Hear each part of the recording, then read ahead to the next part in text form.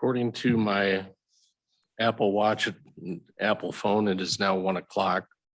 I will call the September 3rd, 2021 meeting of the Livingston County Apportionment Commission to order.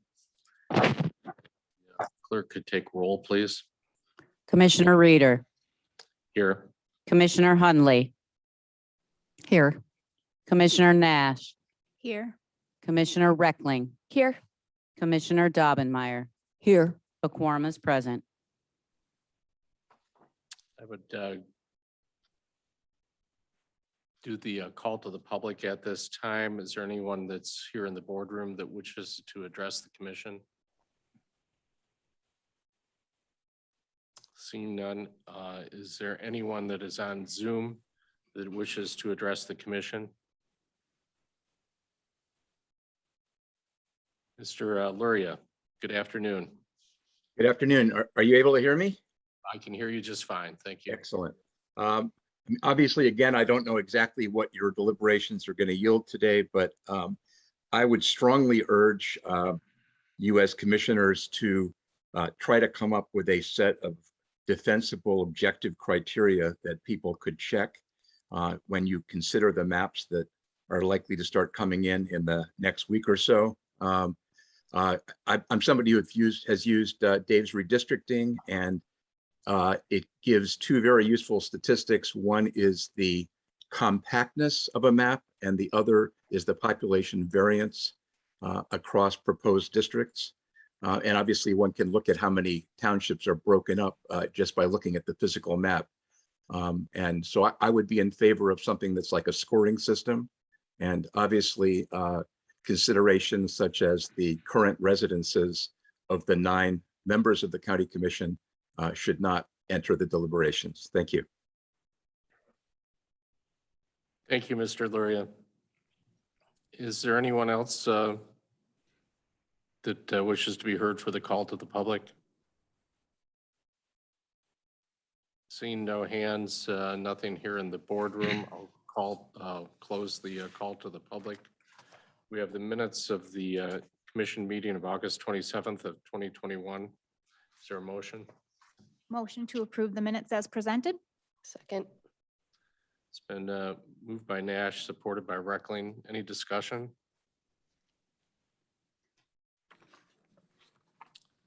Roll call, please.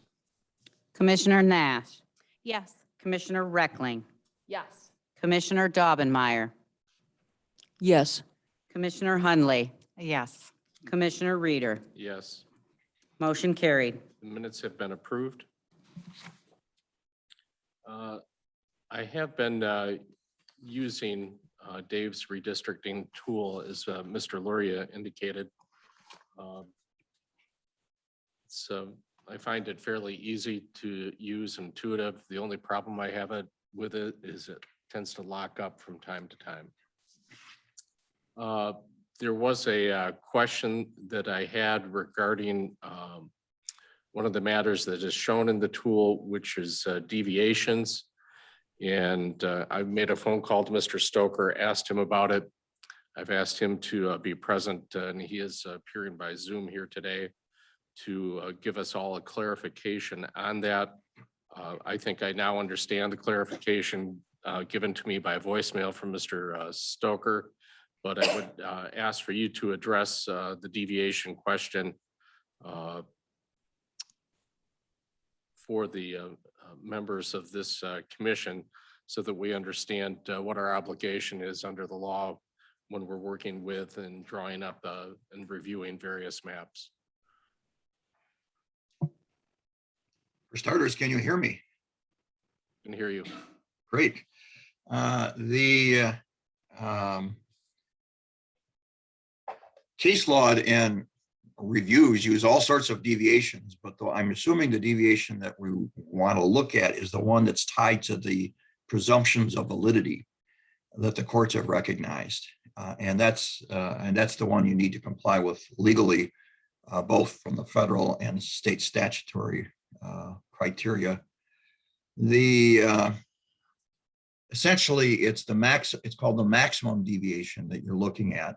And the way you calculate that is essentially you turn you determine the average that would be the ideal for the district. So you take the number of districts to total population, you come up with an ideal number. Then you go to your smallest district and get the percentage from the ideal to what the smallest is. And then you do the same for the largest, and you get the percentage differential from the largest, much percentage over the ideal it is. Add those two percentages together. So that would then give you your maximum deviation. Essentially, it's the difference between the highest and the lowest districts that needs to be the 11.9 in the state, and of course the Fed used the 10%. The case law has in Michigan, and really federal as well, has clarified that that is not, it doesn't have to be right in the middle. There was, I'll use the federal 10% because it's easier to figure with, but actually the 11.9 is what probably applicable in your case. If you use the 10% deviation though, you're not required to be no more than 5 above and no more than 5 below.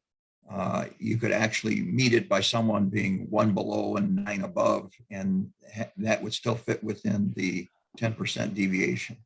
And the same would hold true if you're using 11.9. It just gives you extra 1.9% to deal with. So again, it's the difference, percentage differences from the ideal, from going up and down to your largest and smallest districts. That creates what's called the maximum deviation, and that's the one that the courts utilize. That was, there were originally a number of cases that okayed 10%, but then the Supreme Court in Thompson, Brown versus Thompson back in 83 basically incorporated that, and it was later adopted by the state of Michigan as well. So essentially that's the process. Again, the federal case law, the more recent federal case law has essentially said that this is one of the standards that local governmental entities are allowed to consider other things like we have in our statute on boundaries and precincts, trying not to split them. Earlier Michigan cases tried to, or suggested that the deviation of population should be essentially the sole factor of it. Even if you're chopping things up to get ideal population ones, that's okay. And that's required. That was rejected by the Michigan Supreme Court a number of years ago now. I don't think the last sentence, I think was a Wayne County case 2 sentences ago. I guess that would have been 2003. The Supreme Court basically said, no, that's not the requirement. Essentially, when you look at the criteria in your statute, it becomes one of the more important factors, because obviously if you don't meet the 11.9 or the 10%, you can have constitutional as well as statutory claims against you. But you're allowed within that just to consider the other factors. And essentially the factors that deal with chopping up governmental entity basically keeping the boundaries, keeping precincts, those are also required. In fact, that's really what that case, one of those cases dealt with in the Michigan Supreme Court. It was more ideal population, but it was chopping up a number of districts or townships in that case. And the reaction was, no, you're supposed to also do the township boundaries, and really by statute, even the precinct boundaries, to the extent you can, as long as you don't violate the 11.9%. If you're violating the 11.9%, then that takes precedent. You have to comply with that. And then you sort of get into the boundaries and the precincts, the provisions that say you should look out for these to the extent you it's not going to be a violation of the population requirements. Then there's a number of other ones that like political impact of the decisions, their squareness and compactness. Those ones, again, you're supposed to try to meet all the standards And there's really not a priority in by statute, according to the courts. But there sort of is by law in the sense that you can't exceed that 11.9 without creating a problem. And you of the maximum deviation. And you should also try to do those standards that deal with chopping cities or municipal boundaries and even down to precincts. So again, you are given a fair amount of flexibility though in dealing with those numbers and how you're going to come up with something, as long as you don't violate the presumption on the on the deviation. I should note there were some cases that both the state and the federal, but more the federal courts, have allowed municipalities to go beyond the deviations, as those numbers, the 10% in the federal and 11.9, are presumptions. So if you had a districts that were greater than that, you'd have the burden of proof to a court of why that's okay. And if you stay within that number and someone's going to challenge your plan, they have the burden of proof that yours is inappropriate because you are within those standards and population.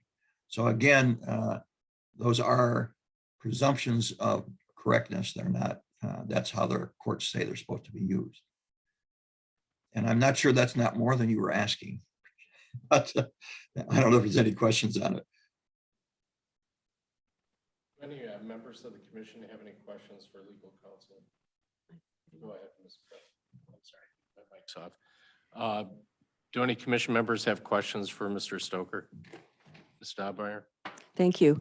Yes, I'm curious about the statement that the deviation 11.9 does not have to be, 5.95, whatever it is, below and above, that it could be 9% below and 1% above, for example, and that would meet it. Is there a court case or something? I've never had that presented to me in training that way. Yes, there is in fact 2002. It's the apportionment of Tuscola County Board of Commissioners, which is at 466 Michigan 78, a 2002 case. That was the exact issue on it, whether you have to have the percentages evenly balanced between the from the ideal. It's, I mean, in theory, you don't necessarily want to do that, but essentially those sort of plans are okay. In that case, they had 5 districts and they were not split down the middle. It wasn't right out the, I think the court even cites that 5, looking for it here, but essentially it wasn't what you were talking about, evenly from the ideal. As long as you're within your maximum deviation, so your lowest to your highest can't exceed the 11.9, you're okay. So, I mean, in theory, you could have 11 up and 0.9 down, but ideally it really depends on how it comes out and dividing your, looking at the other criteria as well. But that case expressly dealt with that. Does it have to be evenly split from the ideal? And the court rejected it. And there are actually some federal cases. They don't actually get into the, they don't actually say that, but what they do is approve plans where it is not evenly 5% up and 5% down. It's rather a number where they fall, maximum deviation falls within the 10%. So in fact, I think many of the federal cases they have, one that's 6% and one that's 4%, and it ends up being the 10%. Okay, that help? thank you. Yes. Any other questions for Mr. Stoker on this particular topic? I don't see any. Dave, if I could ask you to stick around just a little bit longer when we go through Ms. Greger's presentation. Sure, I'll just mute myself and. Okay.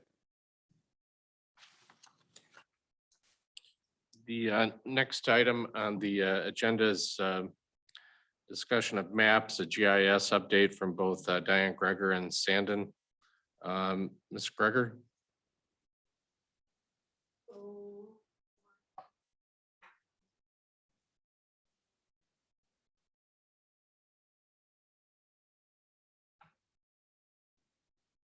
Well, I was just wondering about the inmates. You would, you, uh, correct. Okay, so, You use a microphone.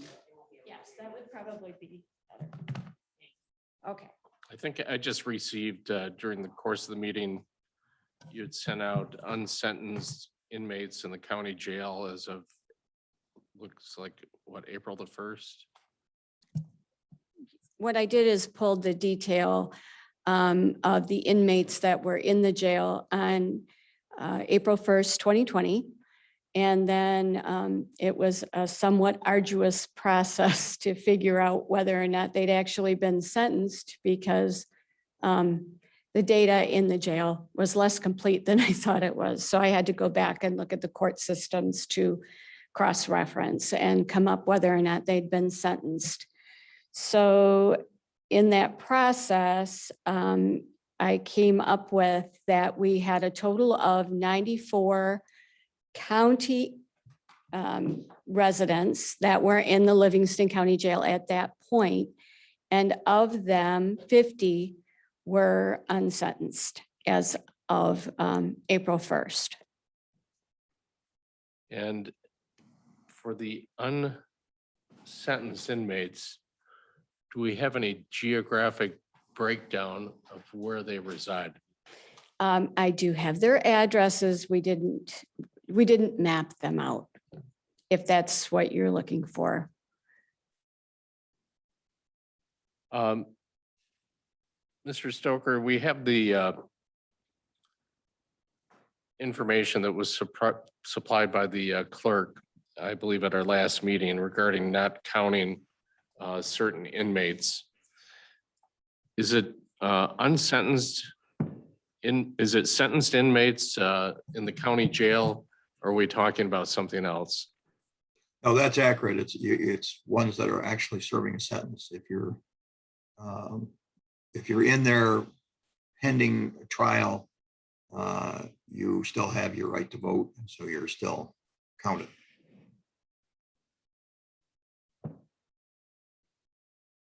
So we're talking about identifying the residences of 50 individuals. Mhm. And you have, Ms. Greger, you have the addresses, is that correct? I have their home addresses, yes. Okay. Would you be able to supply to the commission an indication of the township and precinct where those 50 individuals reside? We can. Okay. Could you do that within the next week for members of the commission? We can. Statistically, and I'll just comment, it seems to me that it's going to be de minimis, but we can still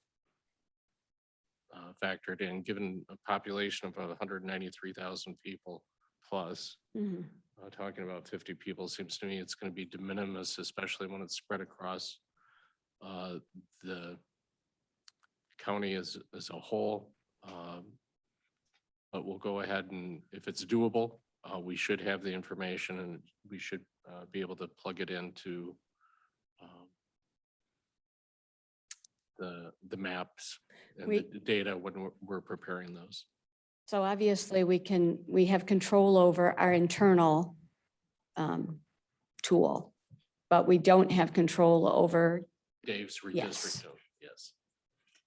Mr. Chair, that is a 0.0257% population of the overall. In the past, the commission deemed a small amount de minimis. It did not exercise the use of staff time on that task. Okay. I would make a motion knowing this number and the cost of gathering that information. It is de minimis to this process, and that we recognized we did take a look at this, but because of the small number, that we will not build that into our changing our numbers that we're going to use from GIS. There's a motion. Is there a second? Second. It's been moved by the Clerk Hunley, seconded by Treasurer Nash. I would have a question for legal counsel. If it is de minimis, and I think given the percentage that's been presented, in my opinion, it would be, is that something that would be within our discretion, Mr. Stoker, to just ignore? Yeah, I think it would be, obviously. Unless you end up to where it's that little bit of a percentage going to make a difference in the district, it probably, or whether it meets the criteria. So if you're running right at a hair's line at the 11.9, then you might want to have to go back and look at it. But otherwise, I concur it would be de minimis, and I think you would be authorized to deal with it in that way. It's important that you actually looked at it. But once you've made the determination that it's too small a number to impact, I think you're okay to do that. So Any discussion by commission members?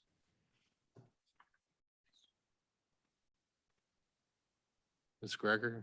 I just wondered whether or not you were going to take the inmate population out of the precinct that it's in, or whether you're leaving it there. The motion is to ignore it. Okay. So We haven't. voted even on the it. sentenced would be in that.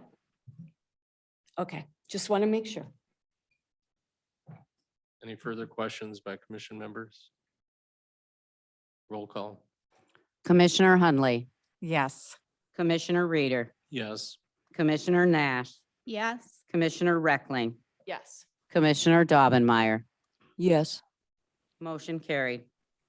Thank you.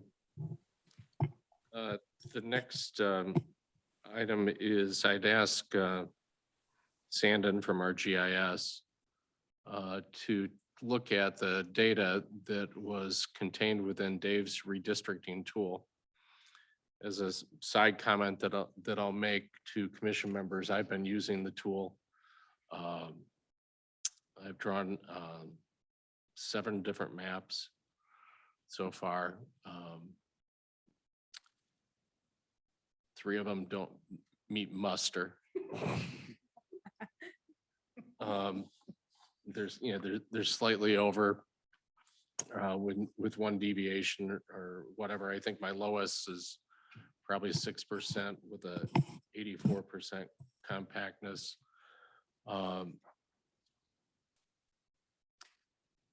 But I have found so far the tool to be fairly easy to use, and the only difficulty I've had is from time to time it does lock up.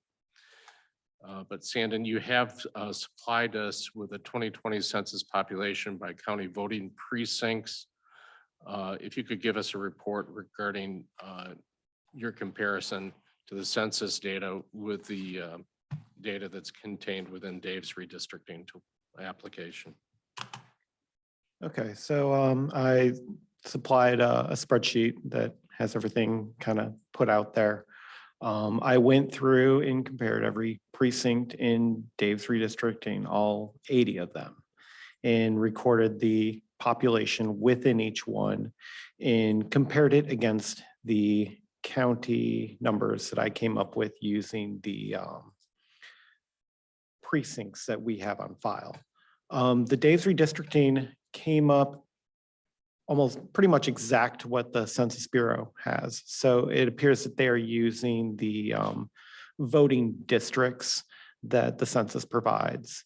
So the numbers will have some deviation from what we have for our precincts. The spreadsheet provided to you guys, I put in our column in green, and anything that matched is also in green. And for the ones that do not match, they're in yellow. Compared the county GIS against Dave's redistricting, the census, but also the State Bureau of Elections tool. Is what's shown in yellow, and I'm trying to figure out, because within having used Dave's a little bit, you can look at census blocks within Dave's, or you can look at precincts. Are you able to explain what you're looking at with the sheet that you've handed it to us as precincts? Yes, that is the, what Dave's redistricting refers to as precincts, which based on my analysis is consistent with the voting districts supplied by the Census Bureau. Are you able to explain the slight variations and differences? I noticed for the city of Howell, it's a couple in precinct number 3, for instance, 3218 versus 3220.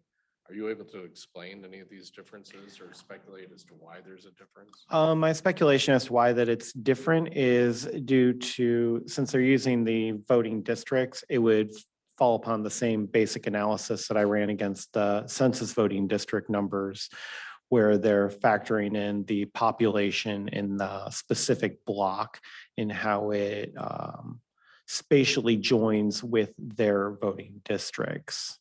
So since our precincts are different from their voting districts, that's why the numbers are different, because our precincts fall in different blocks, or they'll have a split through a block in a certain way. Which is more correct? I would go with our data, being that we are using our precinct data that is reviewed by the township officials and the city officials to, it verified through them. So I would say that our precinct numbers would be closer than what the Census Bureau. The Census Bureau, theirs is based completely on census blocks. And that's not how our precincts are drawn. They're often drawn using parcels as a basis. I did give you one of the maps that I've drawn. Yes. Okay. And I sent that to you from Dave's together with the underlying data. And you converted that for me with the county data, ArcGIS, Yes. to plug in numbers. Fair to say? Yeah. How long did it, and I'll just, for commission members, I'll just show you a copy of what Sandon did for me. How long did that take for you to do that? Basically it took me probably about 15 to 30 minutes, I had to set up a template in a couple of different softwares, but it would probably take me about 15 minutes or so to do from here on out. So if commission members if we came up with, as a group, a number of maps that we wanted to discuss, you would be able to take it and convert it into with ArcGIS in using county numbers is what you're telling me. Yes. Okay.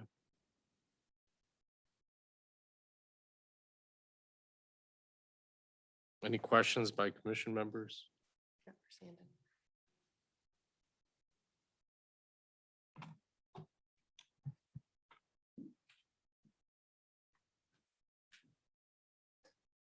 Mr. Chair. Madam Clerk? I just wanted to make all commission members aware that the Bureau of Elections CCD tool is ready for commission members' use. And if you are interested in utilizing that tool, I would ask that you notify Joe Bridgman.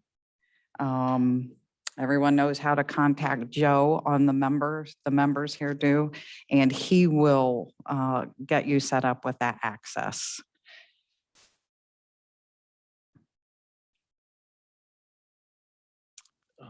Sandon, have you, okay, go ahead, Judy, you had a question.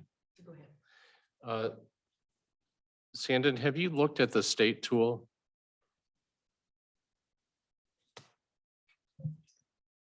I have seen demos for the state tool. I have not personally used it as of yet.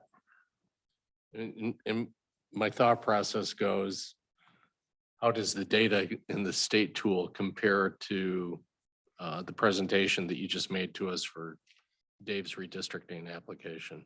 Well, Joe provided me some numbers for each precinct and I put those into my spreadsheet. It looks like the state tool does come closer in line with what we have, though there still are it's sort of a mixture between numbers that we have versus numbers that the census has.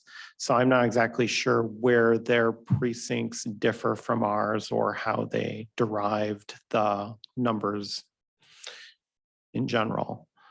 But they do come in closer to what we have. So they may have a little bit better, more accurate precincts.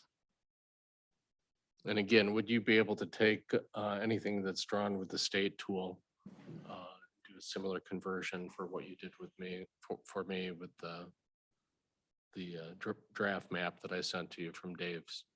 Yeah, as long as all the information is provided. I know with the link that you provided with Dave's redistricting, it was just as easy as me clicking in there. I'd have to take a look and I'd have to have access to the state tool in order to get a better look at the data to convert it. Being that I haven't used it, I'm not sure how long it would take me to do that. But I mean, if it's all drawn in precincts, I don't anticipate creating a data set to be that time consuming. Now, one of the things that I had indicated at the last meeting is it was my understanding from the prosecutor's presentation, is that members of the public would have access to the state tool. Do we have a clarification on that, Mr. Bridgman?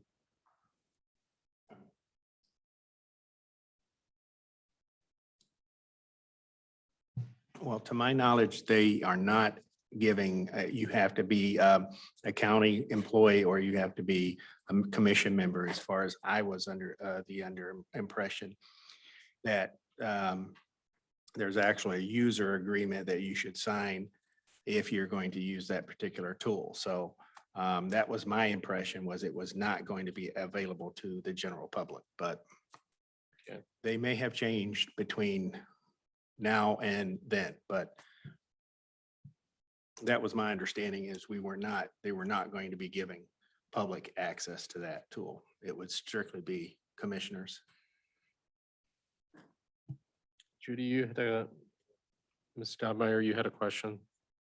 Yes, 10 years ago, after the maps were submitted, there was a summary sheet that was prepared that listed the map name, the divergence, and other criteria. And I wondered if GIS could prepare something like that once all the maps are submitted, so that people could sort of compare compactness, variance, and so forth, high and low district at a glance for all of the maps. I have multiple copies of what was done 10 years ago.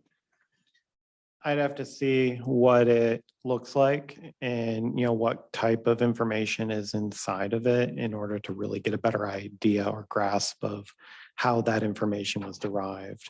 I know that within our GIS tool, we can come up, or we can get percentages and deviation of population. As far as some of the other criteria like compactness and that, I'm not really sure. I'd have to see how that information is analyzed. Well, Dave's has a compactness rating that you could take right off of there. So, and then count the breaks. And I think Dave's also gives the divergence as well. Well, some of the issue with Dave's though is because of the differences in the precincts and the population. It might not be 100% accurate. It may be pretty close though. So, I mean, we can give that a try and see what it comes up with. But as far as exact, I don't think it would be 100%. Well, I can leave you a copy of this. Okay.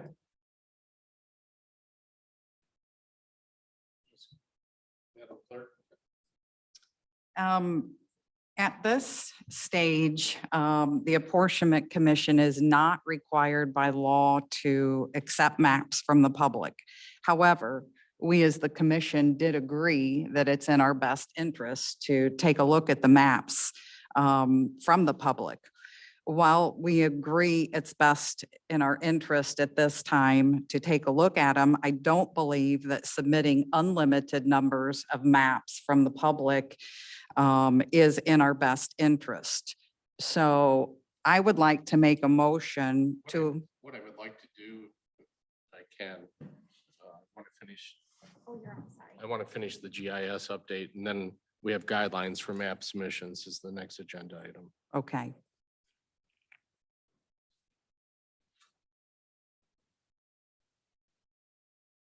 Anything else for Sandon?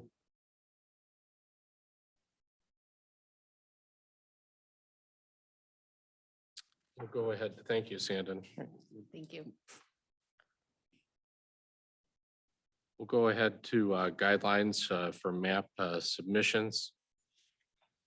I had asked for this to be added on or put onto the agenda for commission members to review any concerns that you may have regarding submissions that would be coming to the commission.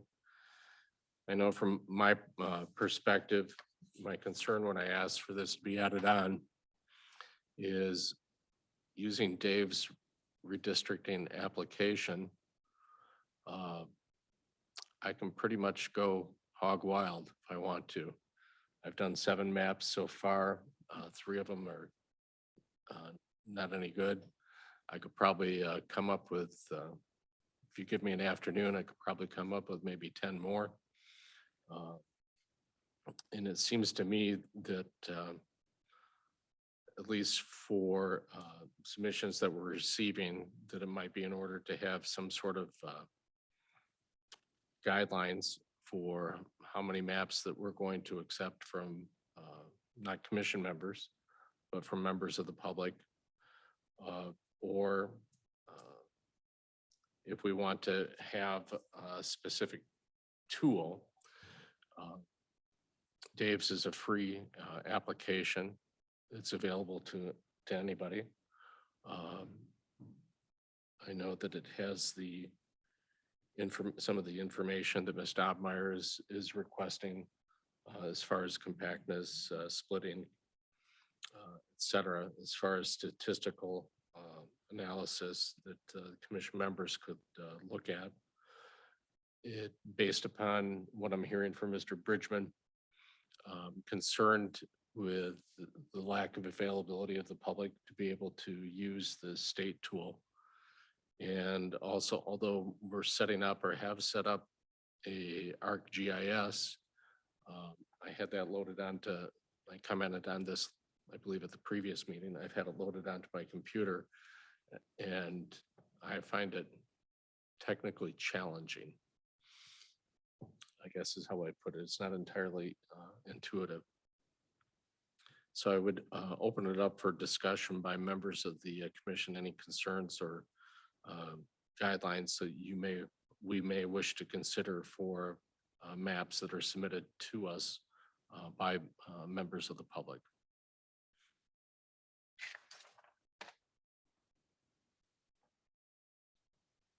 Directly. I have one of, I will gladly default to our clerk if she would like to finish hers from earlier.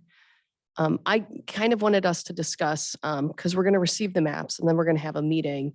And we could be looking at anywhere from, even if we all submit a map and maps from the public, we could look at 20 maps, we could have 50 maps, we could have 100 maps. I don't think it's realistic for us as a whole body to review 100 maps one at a time. And so I wanted to discuss a process or potentially a motion to amend our rules where when we all arrive and we get ready to discuss the maps, each commissioner could select up to 2 maps out of what is proposed to us that we would get to lay on the table for consideration. So that would give us 10 maps total for us to actually look and review.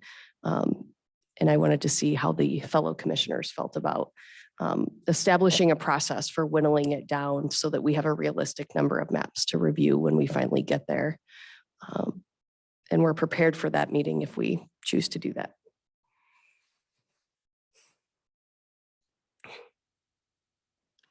Ms. Stauber? When would we see the maps for the first time? That morning, and we'd have like 10 minutes to pick out the maps, or how are you seeing this unfold? No, so the rule that we adopted last time, maps have to be in by the 23rd, and I believe it was within like 2 days, the clerk has to give us all of the maps, which gives us a couple of days to review them, and that's kind of why I wanted to establish before we walked in the meeting. I'd hate to say, pick 2 maps, but if we have the weekend or 3 to 5 days to go through them and pick maps, I think that's realistic for us as long as we have them ahead of time to review. Am I correct on that, Madam Clerk? Mr. Chair, if I could respond. Go ahead.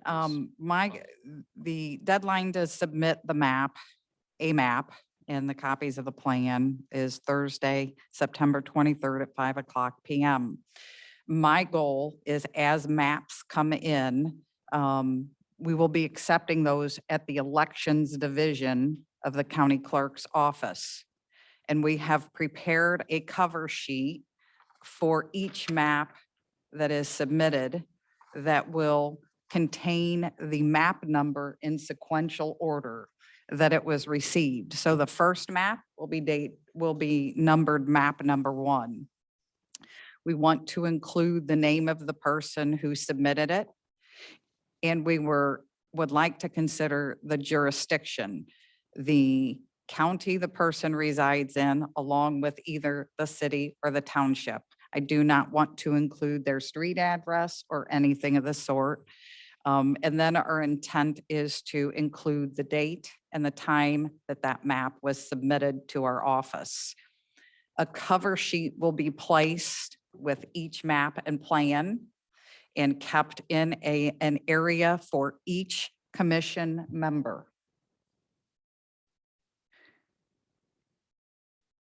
I can hold those maps until the very end, or commissioners are welcome to stop by and they can pick up the maps once a day that are in their bin. We can keep a log sheet. I will leave this at your discretion. We're trying to make this as easy as possible on commission members. But my intent is hopefully, we don't know how many of these maps we're going to get. That's the big difference. We don't know if we're dealing with a small number or an extremely large number.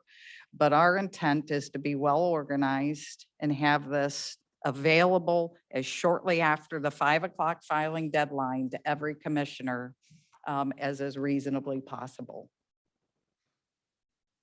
I'm even willing to deliver them. I mean, Jenny, you're in the same building.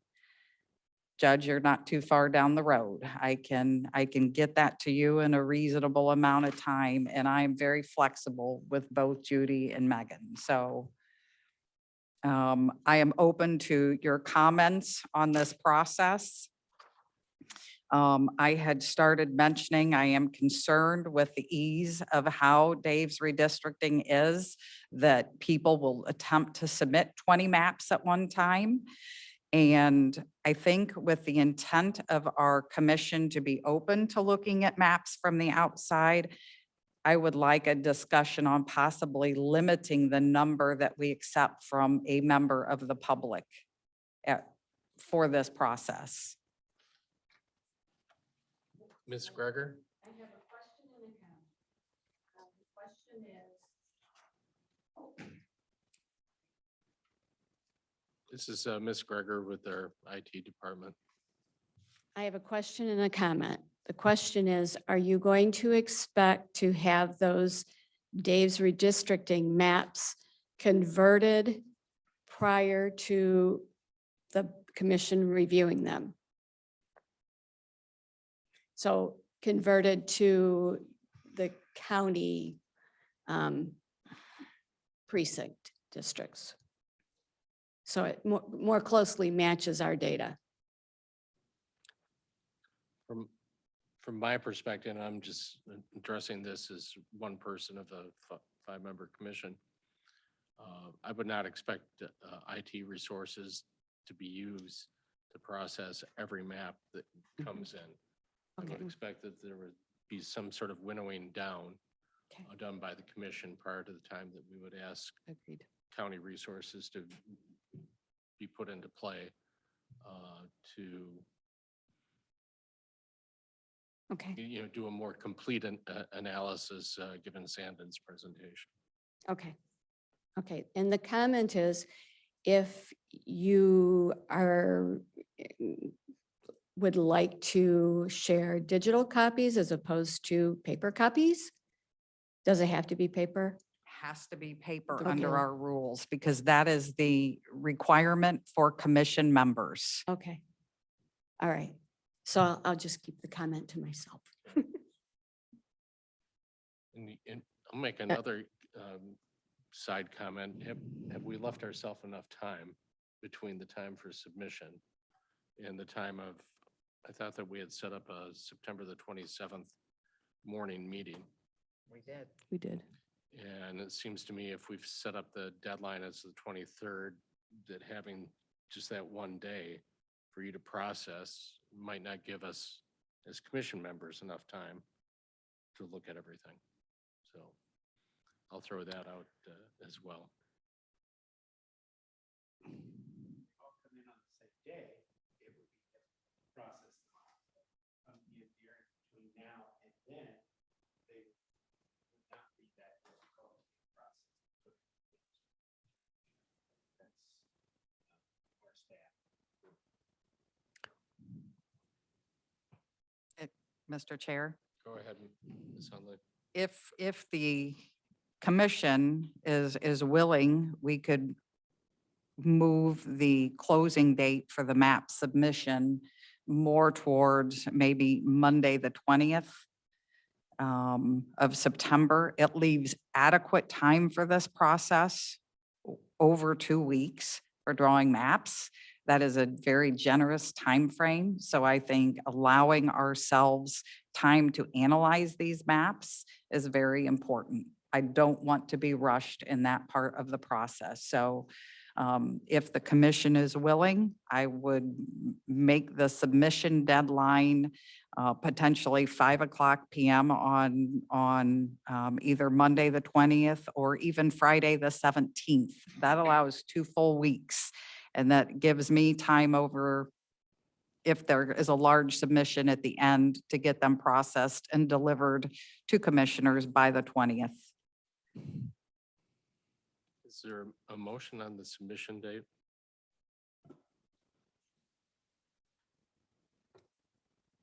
Well, I would not like to see it on the 17th. I just think that's too soon. I could go with the 20th. I would support that. I agree with there- Judy. Is there a motion on the submission date? I move to change the submission date to Friday, September 20th at 5:00 PM, It's Monday. Monday, the 20th, at 5:00 PM for map deadline. And that would be for members of the public and for Commission commission members. members? Support. It's been moved and supported to change our submission date for maps for commission members and for members of the public to 5 PM on September the 20th. Is there any discussion?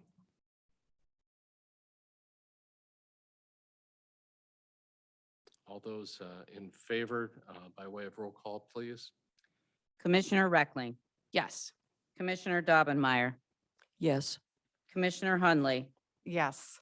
Commissioner Reader, Yes. Commissioner Nash. Yes.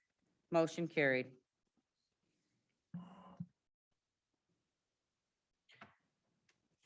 Ms. Stobmeyer? Yes, back to the GIS numbers being different from the census. Can we just say those are de minimis like we did on the jail numbers?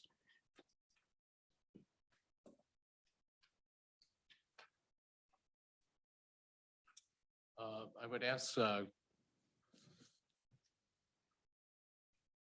from my quick purview, Sandon, it looks like some may vary. I have a Genoa Township, which is 2064, and Dave's redistricting is 1993. So that's 71.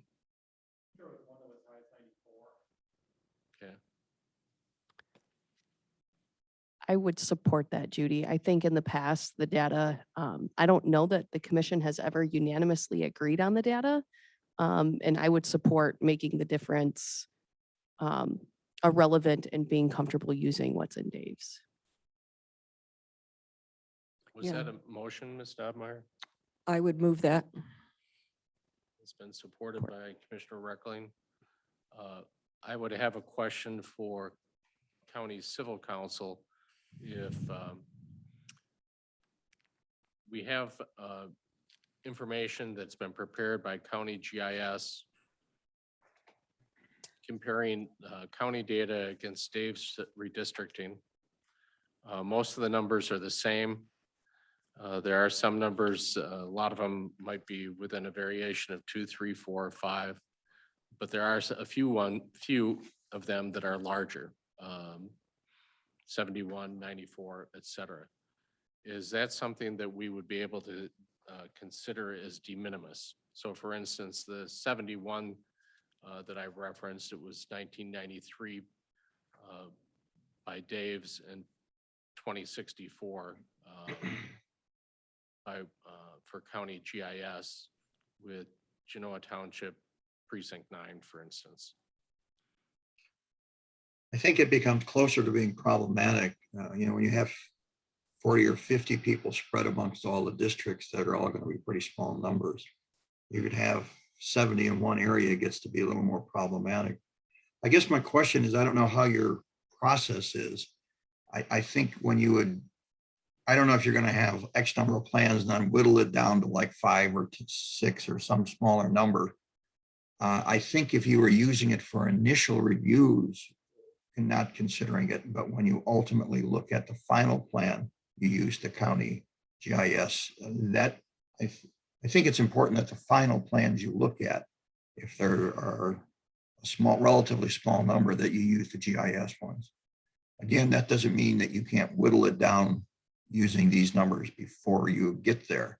So it's sort of if it's part of the process of narrowing the number of you're going to evaluate, I don't have an issue. If it comes down to making the decision on which is the final plan, I think legally I'd be more comfortable with the GIS numbers. And I would just, we have a motion that's been moved and supported. My concern is that I take the example that I just gave, that's 3.5%. If I wanted to earn money in a bank account, 3.5% is not de minimis. And 3.5% seems to me to be more than de minimis. And I would be more in favor of limiting the number of maps that are, after the commissioners have reviewed other commissioners' maps as well as maps from the public, limiting the total number of maps that we would be reviewing here at the table and having those converted by county GIS, rather than just saying that I'm going to use lock, stock, and barrel Dave's redistricting application, given the differences that are contained within a number of districts. That's just my opinion and comment on the motion. Any other comments on the motion?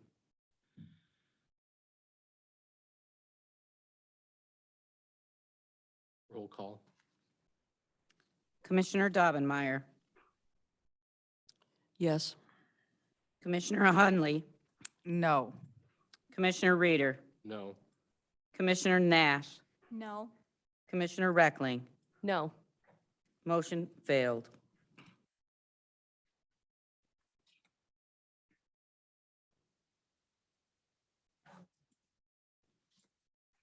I have thrown out the idea of limiting the number of maps that would be reviewed by this commission to be brought to the table for a final analysis. It seems to me that 2 might be too low, 10 total maps, but if we had 15, if we had 20, I certainly wouldn't want to get into more than 20. It seems to me that that would provide a good cross-section for maps for the public and maps that may be presented by members of this commission for final review. Have them loaded into the ArcGIS for final variances, deviations, et cetera. I think that we could look at those maps even within Dave's redistricting application for statistical measurement, for instance, regarding compactness, et cetera. Some of the concerns that have been addressed here at the table that aren't measures that can be quantified within the existing ArcGIS, but use a combination that we would be able to consider. That would be my thought, but I would certainly open it up for discussion and any motion that any member of the commission might have.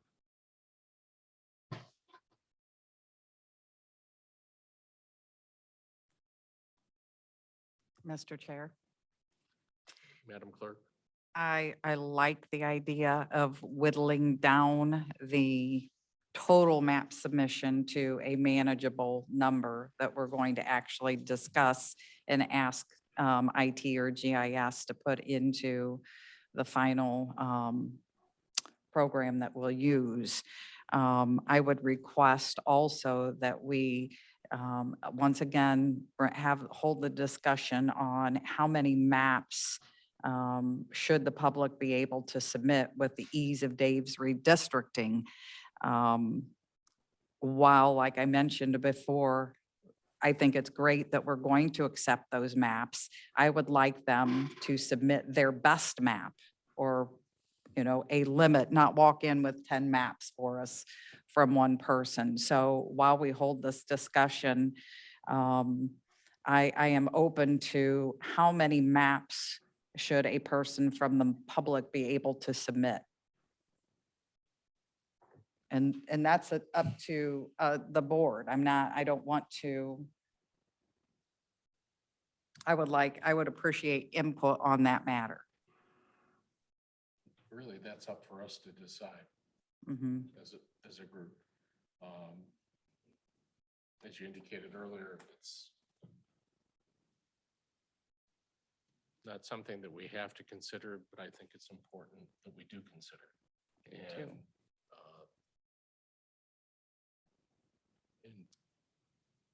we've recognized in our rules that we would receive maps from the public, and we've not even limited it to residents of this county, for instance. Be inmates. No, seriously, it could. But, you know, I think, and the reason I put that on the agenda is I think there should be some limitation by way of numbers for what we're going to be looking at and reviewing if we're going to be expected to give serious consideration to that's being submitted. So, and again, that's my opinion, not necessarily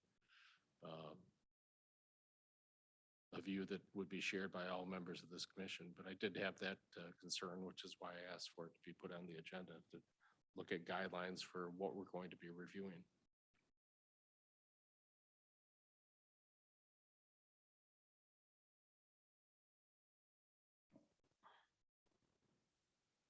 Well, Ms. Stodmeyer? we could limit it to 20 with no more than 10 from the commission members. And then limit each individual to no more than 2. I mean, submit your best work, I guess, would be our advice to people. Rather than everything you can think of, submit your best. So are you indicating by way of a motion that it would be 2 from each commission member and up to 10, well, from members of the public, and members of the public could submit no more than 2 maps? So I'm just trying to, Yeah, I think that's sort of what I had in mind. I know we were talking first just about how many each individual member of the public could submit, and I kind of elided both issues together there. Mr. Chair, if that wasn't a formal motion, I was going to say, if I would move to limit members of the public to 2 map submissions, and individual commissioners can select up to 4 maps for review at our meeting to whittle the maps down, which would give us a total of 20 maps to consider. Does that make sense? so. I think, what- Judy, that's what you were it's- saying. It's a compound motion, but Yes, it would be up to 2 submissions from members of the public. correct. I would like to split it if Yeah. there's no objection. Mhm. Thank you. So I have a motion for no more than 2 maps from each member of the public. I'll support that. So it's been moved by Reckling, supported by Nash. Is there discussion? Roll call? Commissioner Reader, Yes. Commissioner Nash, Yes. Commissioner Reckling, Yes. Commissioner Daubenmeier, Yes, Commissioner Hunley. Yes. Motion carried. Now, the second part of that, as I understand it, is that from all submissions that are made both by the public and by commission members, that we would all have, it seems to me now, an adequate amount of time to review, that each member of the commission would be allowed to bring to the table up to 4 maps. Correct. Is that a motion? That is a motion. Moved by Reckling, is there support? Support. Then moved by Reckling, supported by Treasurer Nash. Discussion.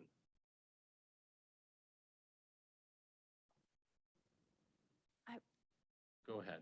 I would just ask, would all 20 of those go through the GIS validation, or at which point? From my perspective, Mhm. the 20 maps that are chosen, 4 from each commissioner, and some of them may be the same. Some of them could be the same. But those up to 20 maps that are chosen by members of the commission, that those would be converted by GIS into the ARC system, just for verification of percentages. What I would also like to see is, given that we don't have compactness and some of the other statistical variations, if we could plug it into Dave's redistricting application as well, for members of the commission as well. But that's just from my perspective. It would be my direction as the chairperson once this motion were to pass. And it could be less than 20 maps though, because it's up to 4, but a commissioner could decide just to bring 1 or put 1 on the table. And you don't even have to vote for your own. Once True. you look at some of the other maps, I may think somebody else's brilliance has shown through. I have another motion that I think will be important to discuss when we're done with this one, Mr. Chair. Ms. Greger from County IT, you had a And I think comment? this might address her problem. Yes, I'm just wondering about turnaround time. Sandon's taking vacation. And he will be gone the 20th through the 24th. So We're that, meeting the 27th to whittle them down. Right? The 27th would be the meeting where we vote to whittle them down. so after the 27th, we would be converting them? They would need to be converted, I think, before the Beforehand. 27th. We're supposed to bring 4 to the table. Mhm. Well, 20 maps in that amount of time and daily GIS tasks may not work. And I mean, see- and- I see what you're saying, because when do we bring our 4 to the table? Right, Okay, right. I got you. And you're probably not going to want to make a final decision until they're all in. So, 20 I see what you're saying. The 27th would be the date that we would present our 4, and we could discuss them as a group at that time. will that work? Just means another meeting, Mhm. but it's a process, and it's certainly deserving of that. So I do have a motion that's on the floor for up to 20 maps, 4 per commissioner. Is there any further discussion? If not, roll call. Commissioner Reckling, Yes. Commissioner Daubenmire, Yes. Commissioner Hunley, Yes. Commissioner Reader, Yes. Commissioner Nash, Yes. motion carried.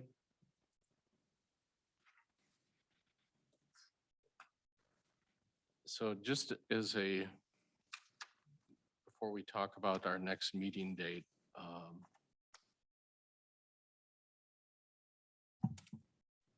we've set up the 20th date for submission of the maps. They should be available from the clerk's office shortly after that. And I would envision that on the 27th, we would be able to have a discussion regarding the 4 maps that each one of us are, wish to present to our fellow commission members, and review and discuss at that time. That would necessarily, I believe, unless there's some sort of unanimous agreement on the 27th date, another meeting shortly after that to review the final process based upon the submission of the chosen maps for review to GIS. If it's up to 20 maps and it's 15 minutes per map, that's 300 minutes. So it could be a 5-6 hours worth of IT time, but then you need breaks. I need mental breaks after I do a couple maps, and I get sort of dizzy looking at them. Ms. Reckling? I just have a technical question because I know that people could submit maps with broken precincts, and I want to make sure that IT has what they need to input the maps. Is just a actual copy of the map okay, or do you need people to submit a breakdown of, Genoa Township, District 1 would be these townships, these precincts with it to assist you in that? Or I just want to make sure if all you get is a physical copy of a map, not from Dave's, even drawn on a napkin, because that's what it requires, that you will have the information that you need to put it in. Sandon? If they have it broken down by precinct, it won't be too tough to convert it. If it's like Dave's, all I need is probably the link to the map, as long as it's publicly accessible. But for, hand-drawn map or whatnot, as long as it has the precinct spelled out. If it's just done by census blocks, that probably would not be viable. Thank you. Mr. Chair, if I may address this as well, please remember, we have submission requirements that require 7 physical copies of the map plus 7 copies of the written description. Every plan, we are not going to accept a plan that does not meet submission requirements. So they must include a written document of what that plan district is. I just want to make sure that they have what they need to import the maps at the end of the day. Thank you. Any further comments? Do any members of the commission have anything else? It's, our next meeting is September the 27th at 9 a.m. Can I just seek clarification? The purpose of that meeting on the 27th is for me to make IT aware of the 4 maps that are up to 4 maps that I, as a commissioner, am going to want to bring forward. Yes. Thank you. Anyone else?